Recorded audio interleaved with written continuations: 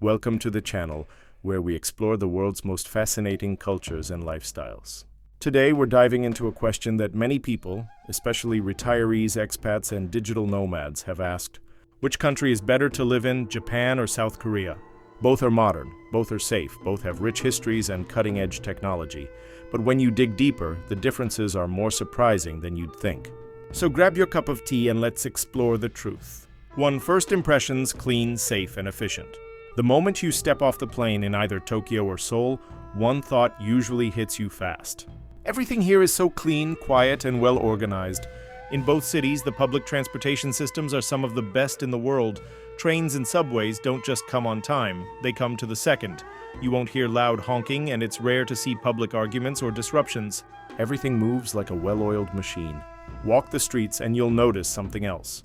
No litter, no graffiti, and barely any noise. Even in crowded areas, people are respectful of personal space, and the sense of safety is real.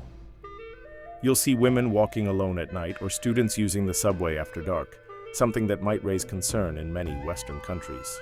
But while both nations share this love of order, they express it differently. In Japan, silence and subtlety are part of the culture.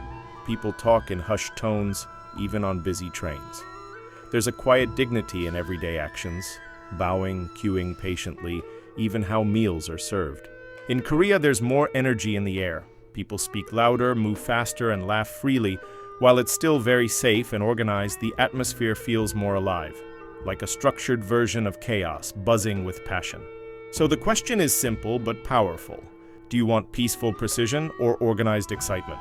Both countries deliver excellence, but the mood they offer is very different. Your answer might just tell you which country feels more like home. 2. Cost of living. Who gives you more for your money? Let's talk money, because no matter how beautiful a country is, your wallet has to survive too. When comparing Japan and South Korea, one thing becomes clear fast. Japan is generally more expensive. In cities like Tokyo or Kyoto, rent can take up a big portion of your income. Even small studio apartments can cost over $1,000 a month, and you might be surprised by how compact they are.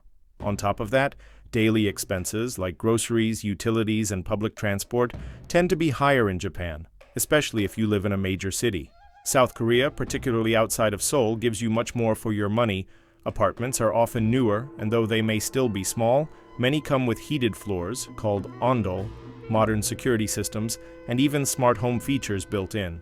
Food is also more affordable in Korea. A satisfying local meal, like bibimbap or Korean barbecue, can cost as little as $5 to $7 USD, especially at local eateries. In Japan, a basic meal might range from $10 to $15 USD, and eating out regularly can quickly add up. Transportation in both countries is top tier but slightly cheaper in Korea, and when it comes to internet and mobile phone bills, Korea beats Japan in both speed and cost. So if you're looking to stretch your retirement money, live comfortably on a modest income, or enjoy modern life without breaking the bank, South Korea may give you the better deal. But if you're willing to pay more for a slower pace, historic charm, and unmatched public order, Japan still holds its appeal, at a higher cost. Ultimately, it comes down to what lifestyle you want, and how far your budget can go. 3. Healthcare, aging gracefully. As we grow older, one thing becomes more important than ever: healthcare. And both Japan and South Korea take this seriously. Let's start with the good news. They both have universal healthcare systems. That means medical treatment is affordable, high quality, and widely accessible. Whether it's a routine checkup, surgery, or long-term treatment, you won't be left bankrupt. In fact, in both countries, out-of-pocket costs are a fraction of what you'd pay in places like the US. But Japan takes it a step further. With one of the oldest populations in the world, Japan has designed its entire healthcare system with the elderly in mind. There are specialized clinics for seniors, mobile care services, and even rehabilitation centers inside shopping malls. The country is also leading in robotics for elder care, using technology to assist with mobility, hygiene, and even companionship. And culturally, the elderly are deeply respected. You're not too old in Japan. You're considered wise, experienced, and deserving of dignity.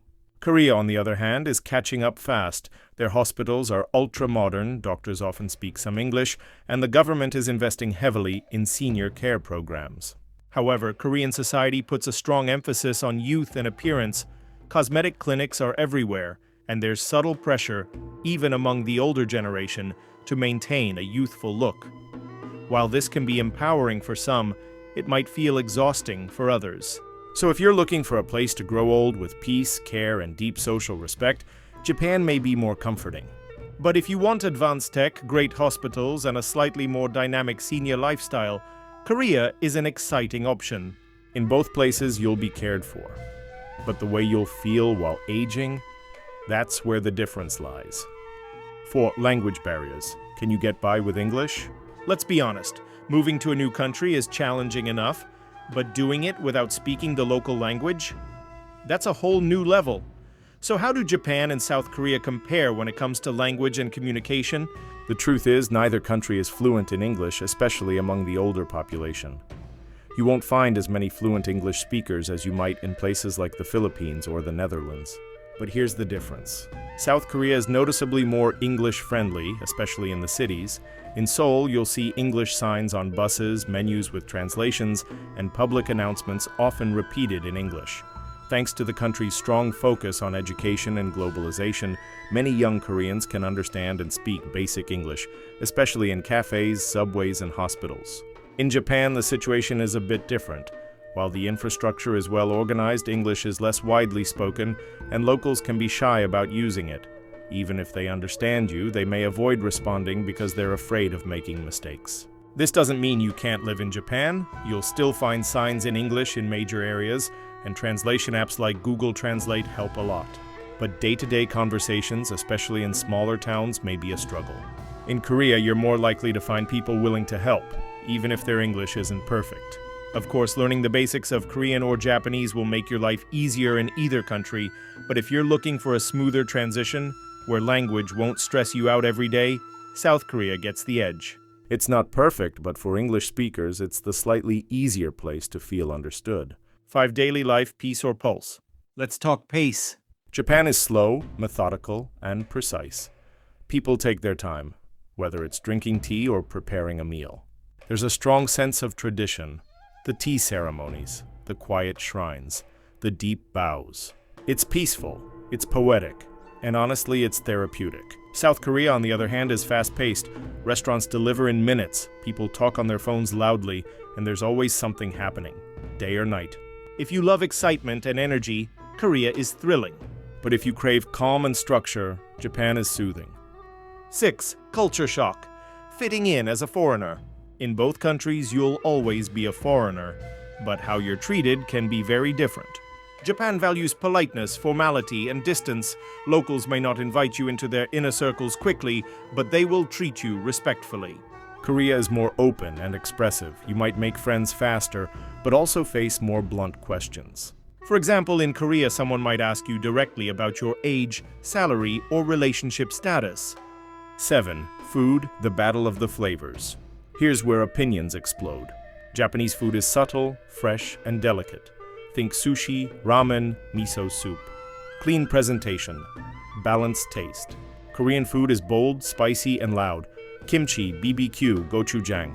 Every meal is a party in your mouth. Both are delicious, but completely different. Also, vegetarians may struggle in both countries, but it's slightly easier in Japan thanks to Buddhist-inspired cuisine. Still, if you love spicy food and variety, Korea wins. If you prefer clean, mild flavors, Japan takes the crown. 8. Internet and technology, who's more advanced? Both nations are tech giants, but Korea is ahead in internet speed and smartphone integration. In Korea, the internet is lightning fast, whether you're on a train in a village or 30 floors up. You can pay with your phone anywhere. Book appointments, order groceries, call a cab, all with an app. Japan is still tech-savvy, but oddly traditional in daily life. Fax machines are still in use, cash is still king in many places. So if you want digital convenience, Korea dominates. 9. Work culture and stress levels. If you plan to retire, this may not matter. But if you plan to work in Japan or Korea, it's important. Both countries are workaholic cultures, long hours, company loyalty, strict hierarchies. But Korea is changing faster. Younger workers are rebelling against overwork. More flexible jobs and startups are appearing.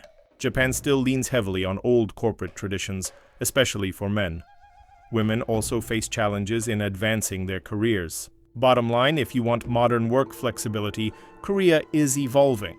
But if you respect quiet discipline and tradition, Japan might suit you better. 10 Religion, Values, and Spiritual Feel. This one's deep. Japan is not very religious, but it's deeply spiritual. Shrines, temples, nature worship, and ancestral respect run deep in the culture. Even daily routines, like removing shoes or saying a silent prayer, feel spiritual. Korea is more religious overall. Christianity and Buddhism are common, and faith-based communities are strong, especially among older people. So if you want community-based faith life, Korea offers that. If you prefer quiet personal spirituality, Japan may feel more aligned. Final thoughts, so which country is better? Let's be honest, there's no one-size-fits-all answer.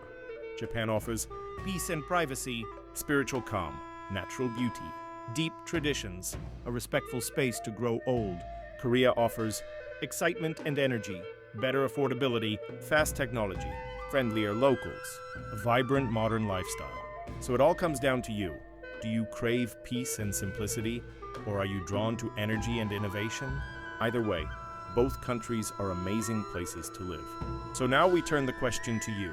Which one would you choose, Japan or Korea? Let us know in the comments below, and if this video helped you, don't forget to like, subscribe, and share it with someone who's dreaming of a better life abroad. Thanks for watching. See you in the next one.